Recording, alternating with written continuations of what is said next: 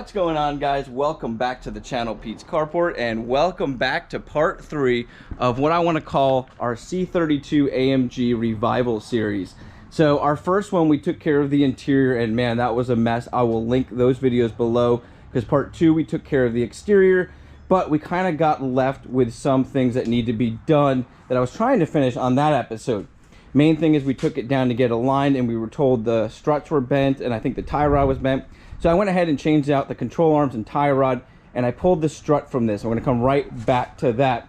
But I wanted to show you that I got in the heat exchanger, because that was one of the other things that came in bad. Because you can see here, there's a liquid weld spot. I wasn't happy with that. Fortunately, they took care of it and sent me out a new one. So on the agenda, we need to get that heat exchanger installed.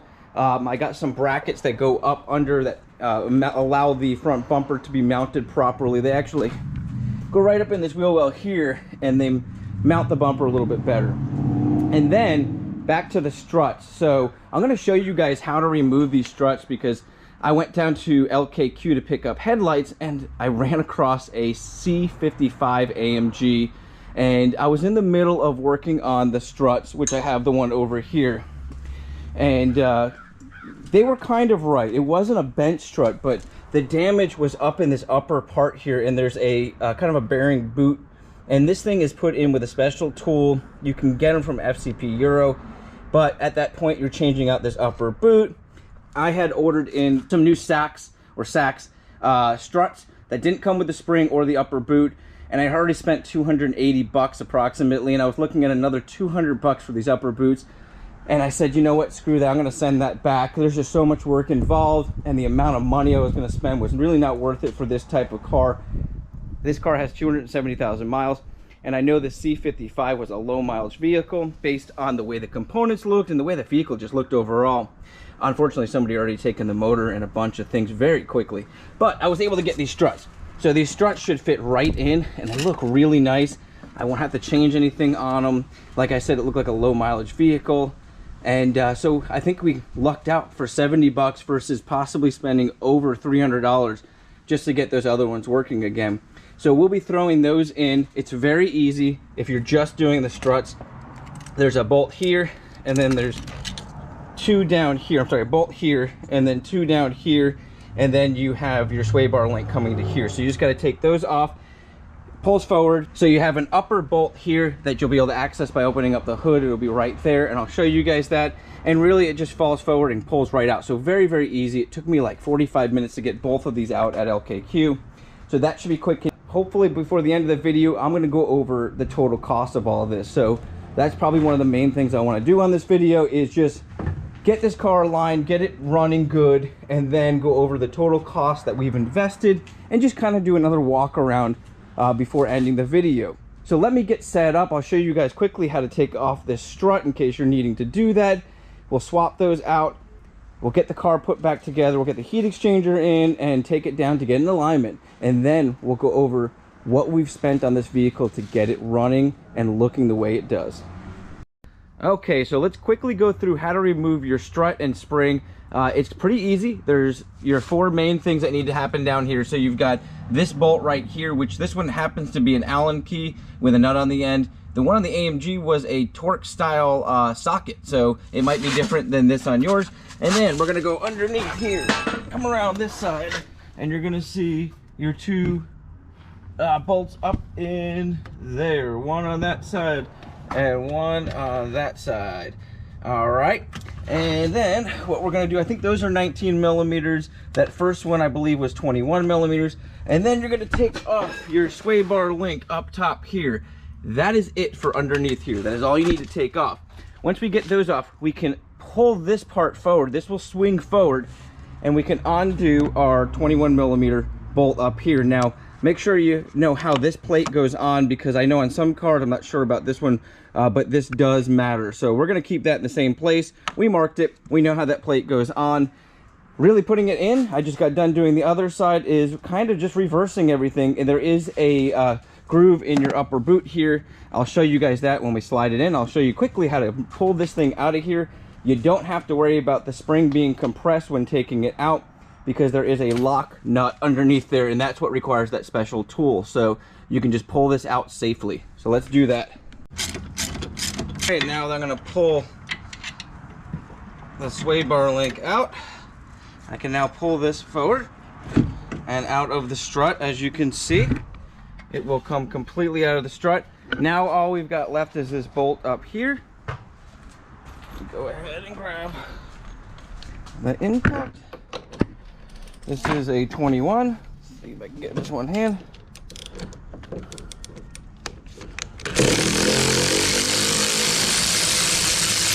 And one-handed. Make sure we don't lose anything. Down right here. And now our strut will come loose. Oh, there is one more thing. There's a little bracket here that holds on the brake line. All you do is you take the screwdriver, pop this out. It'll come off these little clips. And there is a little zip tie you got to snap. And you can put a new zip tie on there. So let me go ahead and pull that off, and we'll be able to pull this strut completely out.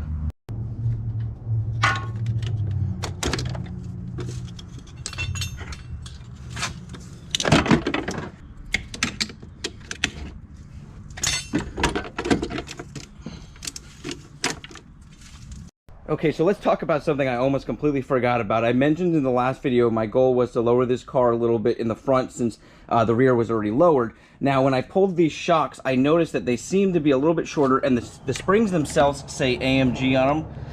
From what I know, the AMGs run a little bit lower because it's a sport suspension, and this spring here does not say AMG, and if you look, it looks a little bit further gapped than our AMG one here. So I'm hoping, and I'm guessing, we can actually get a little bit of a drop. Maybe an inch would be amazing by putting these ones in. So let's take a look at it. We'll get them up in there. Hopefully, if not, then maybe we'll still try to lower it. But I think we're going to get it a little bit lower, which is pretty exciting, without doing anything. Okay, so to get the strut back up in there, it's best to do it with two people. But since I'm by myself, what I'm going to do is I got a jack and a piece of wood up underneath my rotor. I'm going to slowly jack that up once I get my strut into position. There's little notches in the top of this boot on the strut you want to line up, and obviously you want to have your bolt holes in the right direction, and you'll see everything should line up. When you look up in that strut tower, you'll see the little groove holes.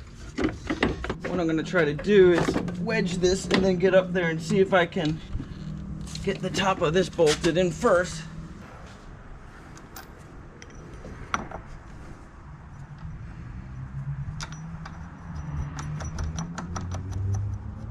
And now once I've got this on here, I'm going to go ahead and line up my bolt holes down here. Now you want to make sure you lock tight your nuts, or your bolts, I'm sorry, that go into the back side here. Those are important to lock tight. I also like to lock tight the bolt and nut that goes in here, even though it's a lock nut. Since I'm reusing it, I'm going to go ahead and use Loctite on that. All right, well, I got the suspension all tidied up, got the Loctite on there, got everything torqued down, and pulled the bumper off. Sorry, it's a little windy out today. And I was hoping I wouldn't run into some crazy rerouting of hoses. I'm going to put the diagram on the screen here in just a second. But what it looks like is this upper hose and this lower hose just kind of link in. This is going to be the same as that lower hose. So this is just going to replace that lower hose. And then I think the upper hose is just going to go into here. So it's just going to link in between. That makes complete sense to me. But on the diagram, which I'll put on the screen right now, you'll see there's a T-fitting that kind of goes over to the tank reservoir. Well, if you look up here, these are our two hose lines coming down, and there's no T over to this. But if we look here where it comes down, I'll follow this down, it tees into here. So that is the same type of line. So I'm guessing either he moved the T-fitting, or that diagram is from a different year. Maybe the 02 had a slightly different routing. So that's what I'm going to do. I'm just going to go ahead and link in our heat exchanger. So I'm probably going to drain all the coolant out, because there's that green coolant in here, and I want to go with the Mercedes coolant. It's hard to tell, but you can see down in there's green. If you look along the edge here, it looks blue, which I think is what is going to be needed for this. So we'll go ahead and put the right coolant in there and fix all that up. I'll speed through that, and then we'll start the car up and take it down to get the alignment done and make sure everything's working right.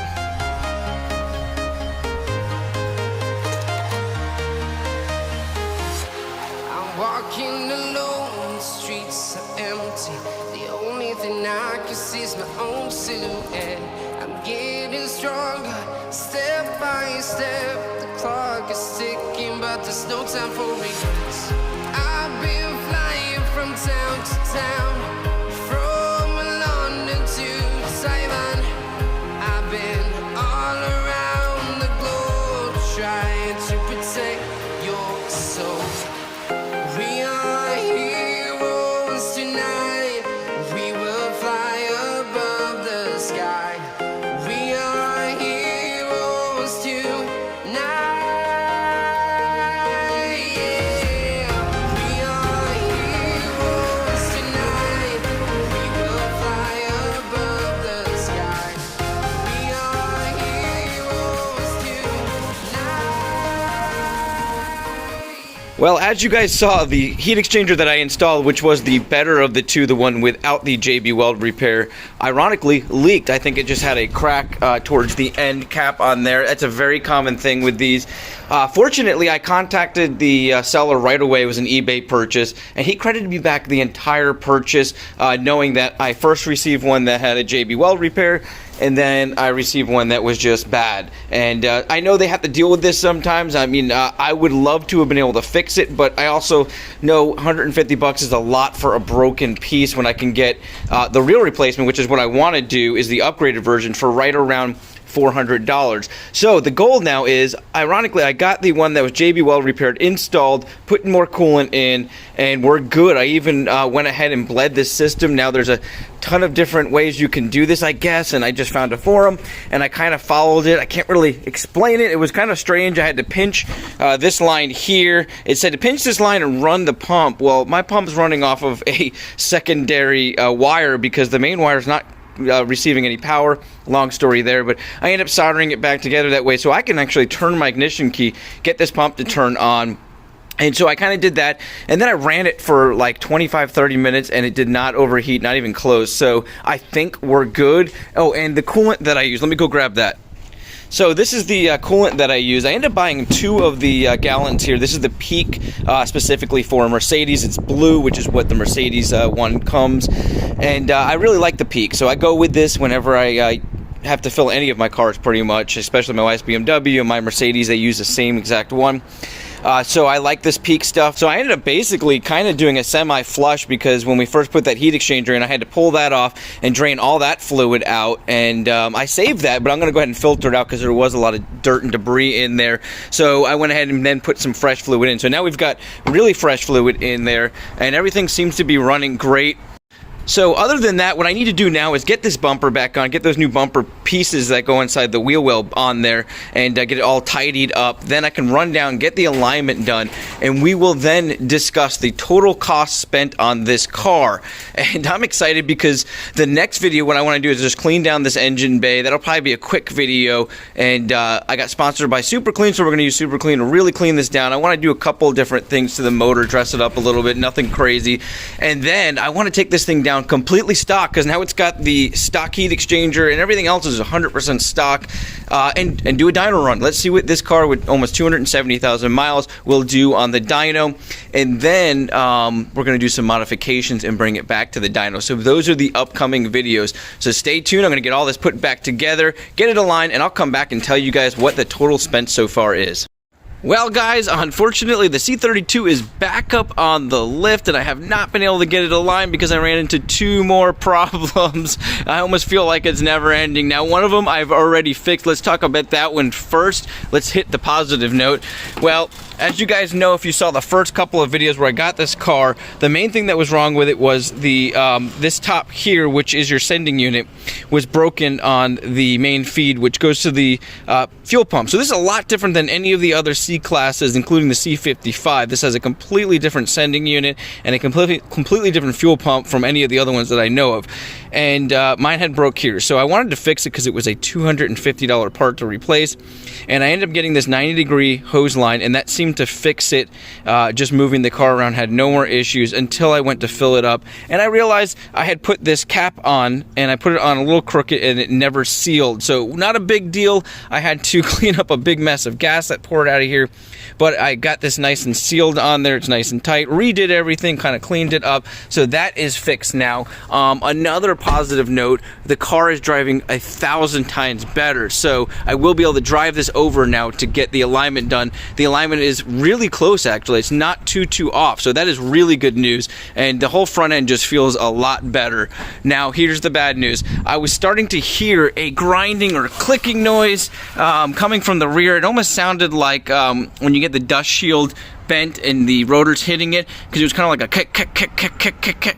And so what I decided to do is come back here, put it back up on the lift, take a look at it, and I couldn't figure out anything in the wheel well, but the rear axle has an issue. The boot is torn here, and this is the inner part. So I think what I'm gonna have to do is just change the inner. I've been looking online, it's not too expensive, so it's not the end of the world, but it is gonna delay things, and I don't want to delay this video getting out. So without further ado, I want to go over where we're at total cost wise, including everything that we've done so far. So that's going to be interior, exterior wheels, and any of the suspension components that we've done. So let's go ahead and talk about where we're at now cost-wise. And then on the next episode, we'll talk about what the cost was to get it fixed and aligned. So stay tuned. So the initial cost of the vehicle was $1,800. Now let's start up front, and pricing I'm going to give you is after core trade-in. So our hood was $52. Our fenders as a set was $69.36. Bumper was $23. Now, he also picked up a sway bar for $22.24 and an entire suspension set for $189.83. Now, let's go ahead and move on to the struts, and the struts were $48 for a pair. We picked up a set of rims and tires for $275, but we had to pick up lug nuts and our centric sleeves for $100 more. Okay, now let's go ahead and move on to the interior, where we got a heck of a steal on these very nice seats, and they were only $300 for the set. Now, I picked up a lot of random pieces that I'm going to kind of combine into one, molding pieces and little trim pieces. I'm going to put that on the screen now as a total. And then we picked up door panels, and we were very fortunate we were able to return some of the components since we only needed some of the trimming pieces on them. So the total cost after all returns on the door panels was $34.62. Now, heading back up front, we picked up an intercooler heat exchanger for $150, but we were credited back completely since it came in non-working. So that is a $0 charge. I'm going to put on there also valve cover gaskets that we will be installing, and also some random things like fuel lines that I'll put on there, and now we will get our total. So, as you can see, we are over $3,000, and that is before getting the car aligned and fixing that other repair. There may even be more that we don't know about. So, at the end of the day, is it worth fixing a car like this? Well, that's a question you would absolutely have to ask yourself. In my opinion, yes. I never want to see a car go to the scrapyard unless it is completely unfixable, and in my opinion, we can get this car back on the road. Now, financially, it would never be worth it if we had to take this to a shop and have them do the repairs. We would have probably been well over $10,000. Now, I want your opinion. Let me know in the comments what you would have done if you would have tried to save this and repair it, or would you have sent it off to the junkyard? Have an awesome day, a blessed week, and I'll catch you on the next video.